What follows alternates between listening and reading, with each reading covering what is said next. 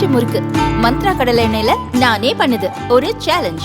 உங்களால இந்த மாதிரி முறுக்கு செய்ய முடியுமா? மந்த்ரா கடலை எண்ணெயில முறுக்கு செஞ்சு பாருங்க. ஓகே. மரியாதைக்குரிய சின்னையா சிவந்தி ஆதித்தனார் அவர்களின் 89வது பிறந்த நாளுக்கு பாரதிய ஜனதா கட்சியின் சார்பில் வந்து அஞ்சலி செலுத்துவதில் நான் பெருமகிழ்ச்சி அடைகிறேன். வருடம் வருடம் வரும்பொழுது அவர் எந்த அளவிற்கு ஊடகத்திற்கும் சமூகத்திற்கும் ஆன்மீகத்திற்கும் விளையாட்டிற்கும் சேவை செய்தார் என்பதை நாம் ஒவ்வொரு முறையும் மகிழ்ச்சியாக பகிர்ந்து கொள்வது வழக்கம். குறிப்பாக இன்று பேரா ஒலிம்பிக்காக இருக்கட்டும், ஒலிம்பிக்காக இருக்கட்டும், பல சாதனைகளை நமது விளையாட்டு வீரர்கள் செய்து வருகிறார்கள், பல பதக்கங்களை பெற்று வருகிறார்கள். ஆக ஆரம்ப காலத்தில் இதை மிக முக்கியமான முயற்சியாக ஒலிம்பிக் சங்கத்தின் தலைவராக இருந்து அதற்கு அடித்தளம் விட்டவர் மரியாதைக்குரிய ஐயா சிவந்தி ஆதித்தனார் அவர்கள். அது மட்டுமல்ல, காலை பத்திரிகை தினத்தந்தியை மிக எளிதாக மக்களுக்கு எடுத்து சென்றது மட்டுமல்லாமல் அடுத்த நாள் வரைக்கும் பத்திரிகை வரவில்லை என்றால் மாலை பத்திரிகையும் கொண்டு வர வேண்டும் என்று மாலை பத்திரிகையும் ஒரு புரட்சியை செய்தவர் ஐயா சிவந்தி ஆதித்தனார் அவர்கள். அவருக்கு மரியாதை செலுத்துவதில் நான் பெருமை அடைகிறேன். என்னை பொறுத்த மட்டில் தனிப்பட்ட முறையில் எனது வளர்ச்சியில் மிகுந்த அக்கறை கொண்டவர்.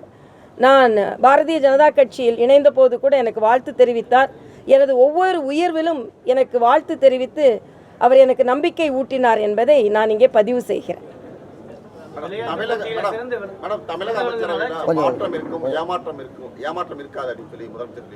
எப்போ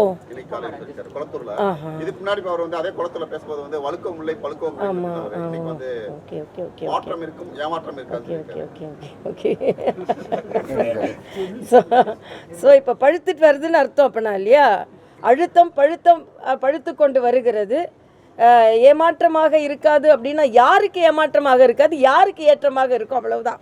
ஆனால் துரைமுருகனுக்கு ஏமாற்றமாகவும் தம்பி உதயநிதிக்கு ஏற்றமாகவும் இருக்குமா? இல்லைன்னா யாரெல்லாம் ஏமாற போகிறா, யாரெல்லாம் ஏற்றம் பெற போகிறார்கள் என்பது தான்.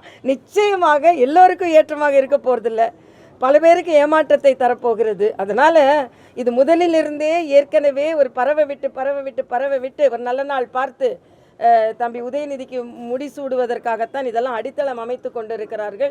எங்களை பொறுத்த மட்டில் வாரிசு அரசியல் என்பது பல முதியவர்கள் அனுபவசாலிகள் இருக்கும் பொழுது இவர்களை போன்றவர்களெல்லாம் வந்தால் அது அரசாங்கத்திற்கும் நல்லது அல்ல, ஆட்சிக்கும் நல்லதல்ல, ஜனநாயகத்திற்கும் நல்லதல்ல என்பதை அழுத்தமாக நாங்கள் பதிவு செய்வோம். அது மட்டுமல்ல, திராவிட முன்னேற்ற கழக ஆட்சி இப்பொழுது சரியான பாதையில் போய்கொண்டிருக்கிறதா என்று இல்லை, கவுண்டர் பண்ணுறாங்களா என்கவுண்டர் பண்ணுறாங்களான்னு நமக்கு இப்போ சந்தேகமாக இருக்குது. சிலவற்றை கவுண்டர் பண்ணணும்னு நம்ம அரசியல் கவுண்டர் பண்ணணும்னு நினைத்து கொண்டிருக்க நேரத்தில் என்கவுண்டர்கள் அதிகமாக இருக்குது. எதுக்கு கோர்ட்டு, எதுக்கு கேஸு, எதுக்கு பல இடங்களில், அதாவது தவிர்க்க முடியாத காரணங்களால் இருந்தால் பரவாயில்ல. நான் இப்போ ஒரு செய்தி படித்தேன், திராவிட முன்னேற்ற கழக ஆட்சிக்கு வந்த பிறகு 17 என்கவுண்டர்கள் நடைபெற்றிருக்கிறது என்பது. இது மிக அதிர்ச்சி அளிக்கக்கூடியதாக ஒன்றாக இருக்கிறது.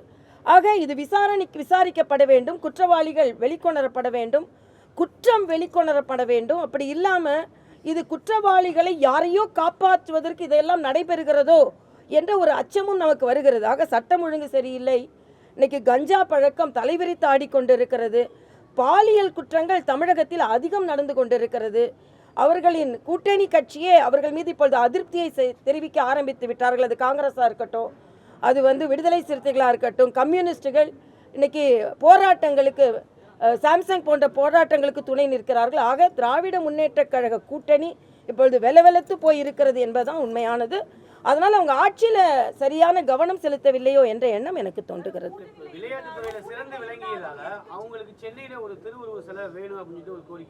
இல்லை, அந்த கோரிக்கை நியாயமானது. கோரிக்கைக்கு அது யாராக அவர் எப்பொழுதும் அடித்தளத்தில் விளையாட்டை பற்றி மக்களுக்கு மிகப்பெரிய விழிப்புணர்வு இல்லாத போது கூட தொடர்ந்து ஒலிம்பிக் சங்க தலைவராக இருந்து அதற்கு பல ஊக்கத்தை கொடுத்திருக்கிறார்.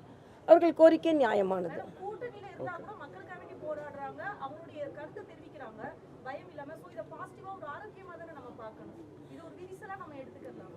இல்லை, விரிசெல்லாம் எடுத்துக்கணும். ஏன் இப்போ ஆரோக்கியம் திடீர்னு எங்கே வந்தது?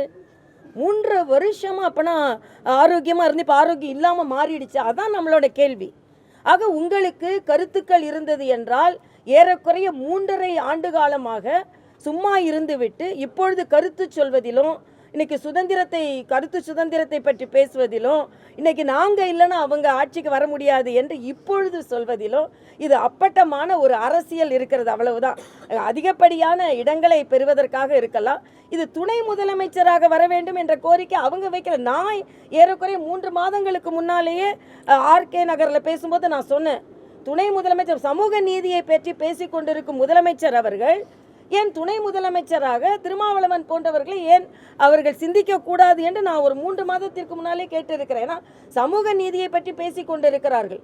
பேசுவதெல்லாம் சமூக நீதி, ஆனால் கொடுப்பது உதயநிதி.